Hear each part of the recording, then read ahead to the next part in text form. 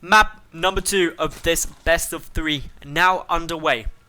Habitation Station is the map, and we should be seeing a very awesome game, especially if map 1 had anything to say about the caliber of these two players. Spawning in the top left hand position as the green Zerg player, representing Team Dignitas, none other than Tefel. And his opponent spawning to the top right, representing My Insanity, 1-0 up, looking to take an early 2-0 lead. It's Stardust. If Stardust is able to win this game, he advances straight into those quarterfinals, where he is going to be taking on the winner of Dana and Kira. Not sure how their series is currently going, but I will be keeping a close eye on that. Once you get into those quarterfinals, you're immediately starting to look at some money. If you make it into the quarterfinals and win the quarterfinals, you are guaranteed at least 75 euros, which is a decent chunk of cash. Definitely for what should be a couple of hours work if you go out in the semi-finals. Stardust again opening with that Forge first build.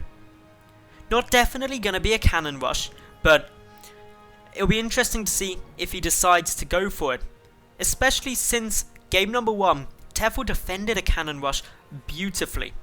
Everything really going the way you would have wanted. Quick check up there to see exactly what kind of tech's coming down. And Stardust just dancing around with this probe, putting the pylon down, so he's going to be opening with that aggressive cannon rush yet again. Whether or not it will be effective, we've got to keep a close eye on, because Tefel, as I've mentioned in game 1, defended this perfectly. Tefel, again, scouts the pylons there. Stardust isn't able to utilize the map as effectively as he did on Polar Night to prevent the cannons coming down. But for the moment, just the one pylon, no attempt to place any cannons. And behind this, the Nexus coming down and the gateway there. So this is just a fake out right now from Stardust. He wanted to panic Tefel, waste some mining time, and he's done that. My maths on the run though, not good enough to work out if the wasted mining time of 5 drones is worth 100 minerals that pylon cost. Someone far more intelligent than myself probably can work that out and let us all know at some point in the chat or comments, but hey, it's gonna be a significant amount of resources. Stardust did get momentarily supply blocked there, but alleviated it with another pylon in his main. One of the downsides to building that pylon proxied. Cybercore on its way out now. We've got the Nexus nearly finished up, whereas Tefel happily going along his normal play. He scouted out some great information with this Overlord, knew that the Nexus came down significantly earlier than in game number 1, knows the timing of this gateway and stuff, so can be fairly confident that his opponent has opened pretty normally, and is now going to have to look to take the third. But while Tefel has moved up towards that gold base, Stardust scouted at the earliest of early opportunities. Immediately an Overlord comes over, knowing that this is a bit of a risk for him and that a cannon could come down. But if Tefel is able to secure this gold base, which with a couple of drones coming over just to make sure that it's safe, he should be able to do, actually, then it's a big win. This gold base gives more minerals per minute for less drones, and that's big. It means that less lava need to be spent early to get a bigger gain, and that's something Stardust is going to want to try and stop. Is putting down a pylon now, dancing the probe around. There's a couple of lings there, but a Zealot going to be able to deal with them. Stardust really doesn't want to allow this hatchery to finish, doesn't want to give Tefel access to those additional resources. Cannon should get started nice and quick, and with the Zealot defending it, unfortunately for Tefel, he would have to commit a large amount of resources in order to stop this. A lot of lings coming through, another pylon on its way down, and this is just guarding that first cannon. The important thing is that the Zealot, backed in the corner here, shouldn't be able to get surrounded, and as a result, can actually fend off a good number of Zerglings. An attempt to come around here, but with the cannon now done, this is looking as a bit of a struggle for Tefel. Another cannon coming through, just really making this an incredibly defended position. So Tefel's greedy play of taking this gold base first may not pay off that well for him. He does have queens coming over. They're going to certainly help to prevent additional cannons coming through. But with 2 cannons now up, and Stardust behind this starting some Phoenix, Tefel's going to have to be careful. He only needs a couple of Phoenix, which he's got, to lift both of these queens and prevent them from doing much more damage. The Spine Crawler is going to help as well, but in now come the Zerglings. They're getting some more damage through. The queen gets lifted, taken out as it was already weakened up. And while this cannon rush has been unable to take out the hatchery, what it has achieved is a significant amount of units to be produced by Tefel, reducing his drone count, and also delaying any benefit that he can get from this hatchery. And also allowing his Phoenix now to get a pretty big win. A few more Overlords getting taken out. These Phoenix do need to be microed out way, but not quite quickly enough. It means that one dies, but a good number of Overlords go down, and this is a incredibly heavy supply block right now for Tefel. Does alleviate it, but still needs more Overlords to actually get any sizable production through. So the counterattack has a lot of weight on it working. A Void Ray frantically trying to be produced. Stardust attempting to wall off as best he can, but no, these roaches have already penetrated through the natural wall. Able to take out the cannons means there isn't really much there, and since the Mothership Core has only just now been produced, there's no Photon Overcharge. Good damage being done by these roaches. They stop the Stargate from being able to produce the Void Ray with just a second to go, and this is guaranteeing a huge amount of damage to be done by Tefel's roaches up in the main. Out comes that Void Ray, which is going to be crazy effective up against these roaches. But Tefel should feel quite happy with what he's done so far. He's managed to kill off 7 workers, whereas Stardust hasn't killed any drones yet. And he's also completely cut mining from the main base for a substantial amount of time. Couple more probes, gonna get taken down. These roaches are doing everything that they can possibly hope to achieve before they die. Stardust now going for his own gold base. He's got these Phoenix still harassing. Really both players trading heavy blows wherever possible. With the Void Rays coming down, this lair is critically important. Hydra's going to be essential to try and stop this, but the Ling harassment towards the 3rd attempt is going to probably force the cancel. 1 Void Ray, 1 Zealot, not the greatest in contending with a lot of Lings, and so the cancel goes down and Tefel maintains that 1 base lead while continuing to pressure and just generally being as irritating to Stardust as he possibly can.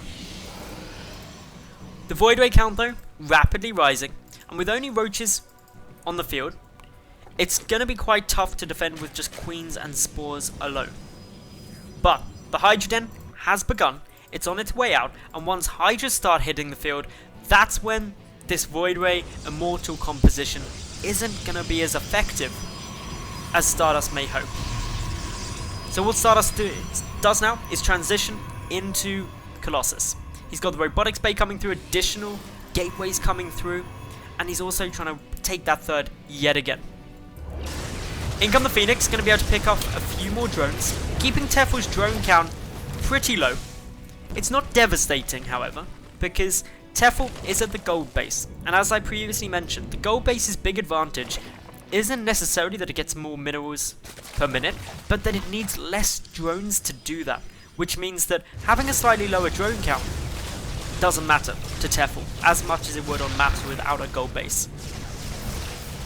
The full Skytoss force though, starting to accumulate, more Void Rays, more Phoenix coming through, but now the Hydralisks are starting to make their way out, and that's where these Void Rays and Phoenix are going to look pretty silly if they try and engage head up.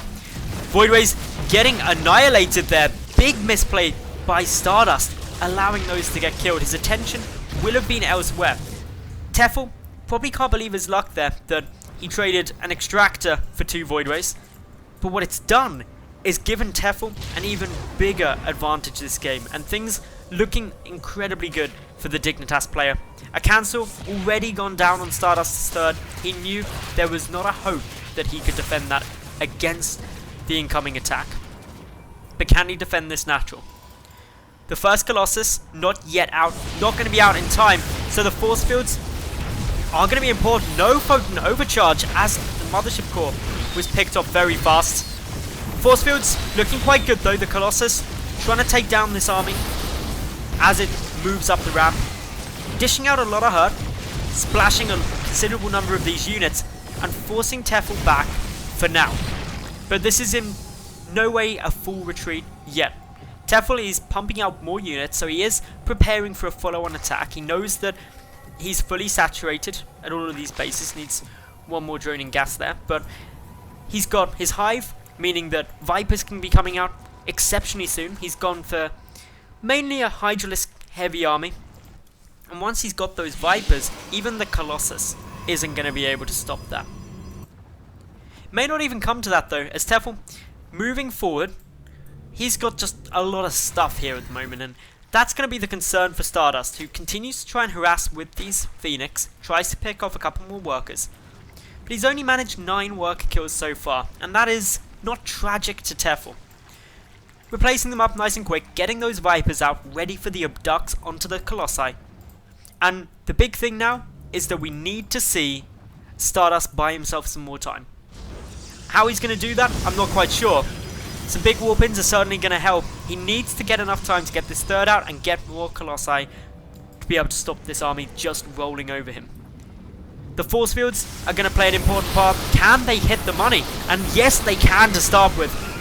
Zoning out about half of that Zerg army, allowing the Colossi to slaughter countless numbers. And Tefel, again, going to be pulling back a bit further. But now the game changer. The Vipers hitting the field. A couple of good abducts mean that these Colossi are basically just sitting ducks. They're going to get absolutely destroyed. But only if the abducts go down well. However, with no anti-air, there's nothing to stop the Vipers. Good micro by Stardust, pulling back these damaged Colossi, keeping them alive for as long as possible, actually managing to keep all 4 up for now. This is allowing them to do a considerable amount of damage, and Tefel not getting the amount of kills that he would have wanted there. The Zealots doing a fantastic job of soaking up significant portions of the fire. And now with these Vipers out of energy, Tefel actually not going to be looking for an engage anytime soon. And somehow, Stardust has bought himself some more time. But Tefel knows that if he keeps this pressure on, he keeps trading with Stardust, there's just no way he's going to be able to consistently take these engagements. He doesn't have the economy to do it. So Tefel is kind of playing the exact opposite to what Stardust wants. Tefel wants to end this game as fast as he can. Stardust, though, wanting to draw it out. Force fields come down, they're really good force fields, prevent the attack entirely, and as such, Tefel has to reposition, and it gives Stardust some more time still. But this is a great reposition. Units coming from the flank, getting a good amount of damage down. 1 Colossus falls. The other 3 still staying alive for the moment, but the gateway support for these Colossi rapidly melting. Only an Immortal and a Sentry stand between the Zerg forces and these Colossi. A couple of quick Zealot warp-ins by Stardust, yet more time. But Tefel, he's defeated everything in his path. Only the Colossi stand. They will fall exceptionally quickly without supporting units. And this is looking very good now for Tefel. He can continue on with this pain, continue the punishment, and Stardust really can micro to his heart's intent, but I don't think it's going to be enough. All the Colossi have now fallen, and the reinforcements coming in for Tefel.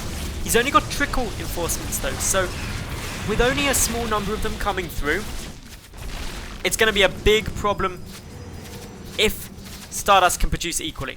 But unfortunately, Stardust can't produce equally. These 2 Archons, a bit of a desperation move, trying to just tank up this force. And it's doing an okay job. It's preventing Tefel from actually putting the nail in the coffin. But if Tefel just gets a couple of waves of reinforcements in, he's going to have an overwhelming volume of units, which we're already seeing now in that overall army supply. 76 to 33 in Tefel's favour. And the pressure really starting to close in. Probe's getting taken down. The worker count heavily in Tefel's favour now. GG is called, and Tefel levels out this series to be 1-1, meaning we're going in to that ace game.